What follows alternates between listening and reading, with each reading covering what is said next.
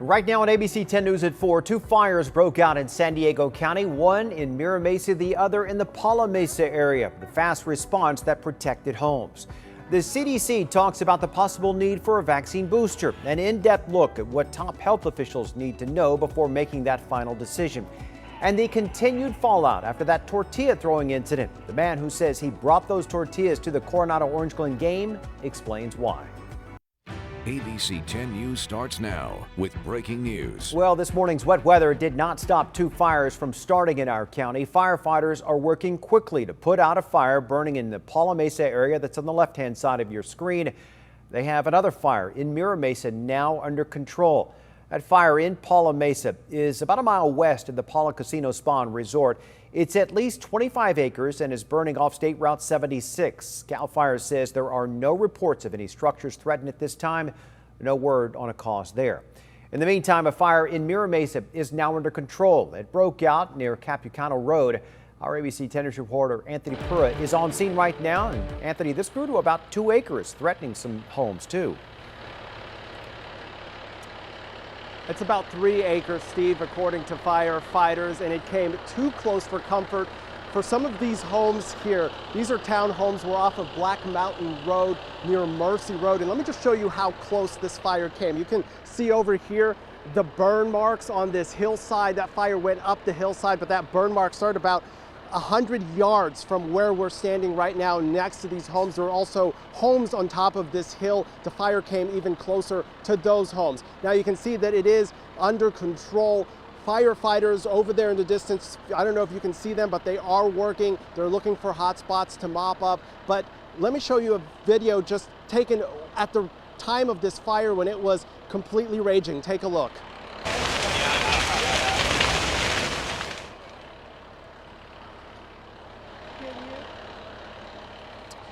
And such a difference that firefighters did here in the past hour. That's how long it took for them to get those flames under control. Now it took them 2 helicopters, several fire trucks, and right now the fire is out. They are out here drawing fire lines. It took them about an hour. The call came in around 2 o'clock and they had it under control around 3. Now back out here live against firefighters are out here just mopping up. Firefighters tell me that they will be here for another 2 hours or so just to make sure that this fire doesn't spark back up.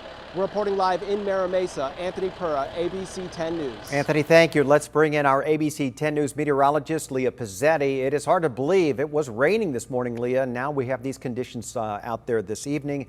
But let's hear what it looks like right now with the wind, because that always plays a big factor. Right. Yeah, we have a lot of things that we consider when we're talking about fires. We have wind, we have humidity levels, and we have temperatures, of course.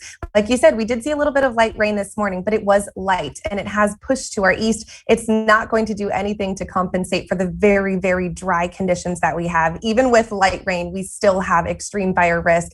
As we progress through this evening, you see it continues to push east. So yes, we got a little bit of some light rain this morning, but that is now behind us. Really, just our mountains and our deserts have the possibility of a pop-up shower or two. So right now conditions are going to be drying out. Humidity, like we said, is an important factor as well. Humidities are not too low right now thanks to that moisture that has moved into our region, but winds are something that we are tracking. 15 to 20 mile per hour winds are in tap right now, but of course we know fire season is here. This is something that we will be talking about for a long time. So Steve, we'll break down our forecast coming up in just a bit. We have temperatures that are going to be seeing a little bit of a roller coaster this week. Gonna get hot again. Leah, thank you. All right, you can keep track of the latest with these fires with our ABC 10 News mobile app. We will send out breaking news updates right to your phone.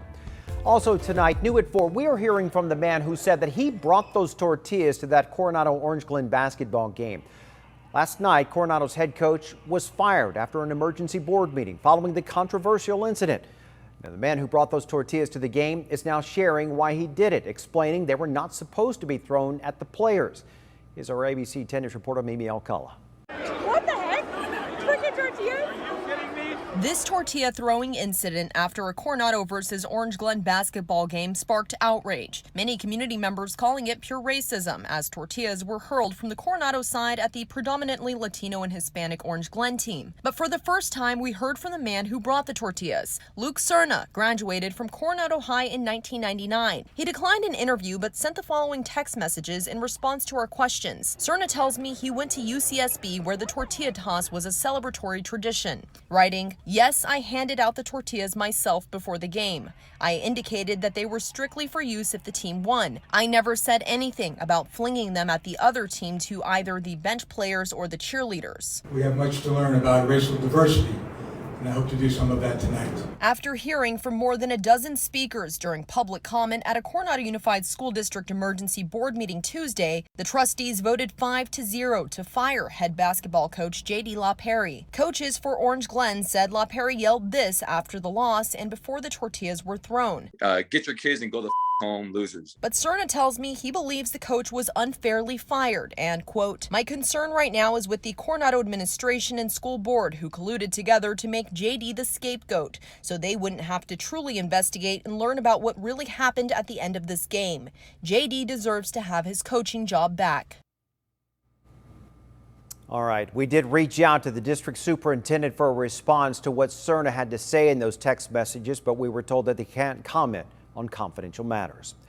Also tonight, the CDC says it is investigating more than 1,200 preliminary reports of heart inflammation in young people who got the COVID-19 vaccine. Now, that condition is called myocarditis. The CDC says that the link between that condition and vaccines is likely.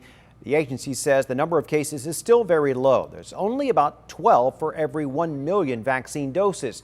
And in most cases, they were found in boys and men ages 12 to 24 after they received the Pfizer or the Moderna vaccines. But health officials also say this is an extremely rare side effect and that the vaccine's benefit greatly outweighs the risks. A big question on people's minds is whether a booster shot will be necessary after a vaccination. The CDC's Advisory Committee on Immunization Practices held a meeting to discuss that, and we're taking an in-depth look at what that process may look like. So today, top health officials said that there was not enough evidence at this time to recommend a booster dose. They said it should be considered only if there is a decline in vaccine effectiveness, not just wanting antibody responses, and if they see a variant that impacts vaccine protection as well. But they did outline the data needed to make that decision. We need to not only have information around the risks of COVID complications and risk of exposure, but also the risk of waning immunity and risk of COVID variants. Health experts also said only certain high-risk or vulnerable groups may need that booster shot. They are closely now monitoring residents of long-term care facilities, people 65 and older, healthcare workers, and those who have weakened immune systems. Recently, County Supervisor Nathan Fletcher said if there is a booster shot, it would likely be in San Diego here in the fall and be administered similar to a flu shot. You know, we're going to continue to encourage people, once flu season, get your flu shot. If there's a COVID booster that strengthens, maybe there's a new strain, some new protection, you know, please get that. And later this summer, the CDC will receive more data on booster shot safety and ongoing trials. India identified a new mutation of the Delta variant of coronavirus. Now, they are now calling that the Delta Plus, and it appears to be more transmissible. It is already making its way into other countries, including here in the United States. Vaccines are currently being tested against the Delta Plus variant. According to Dr. Anthony Fauci, the original Delta variant makes up about 20% of COVID cases in the U.S. now. He says it is expected to become the dominant variant here in just a few weeks.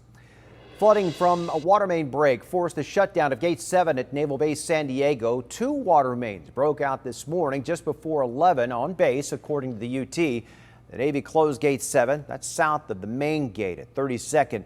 Gate 9, we're told, is open to traffic, and the base is working to restore water service to those buildings that were impacted by the water main breaks.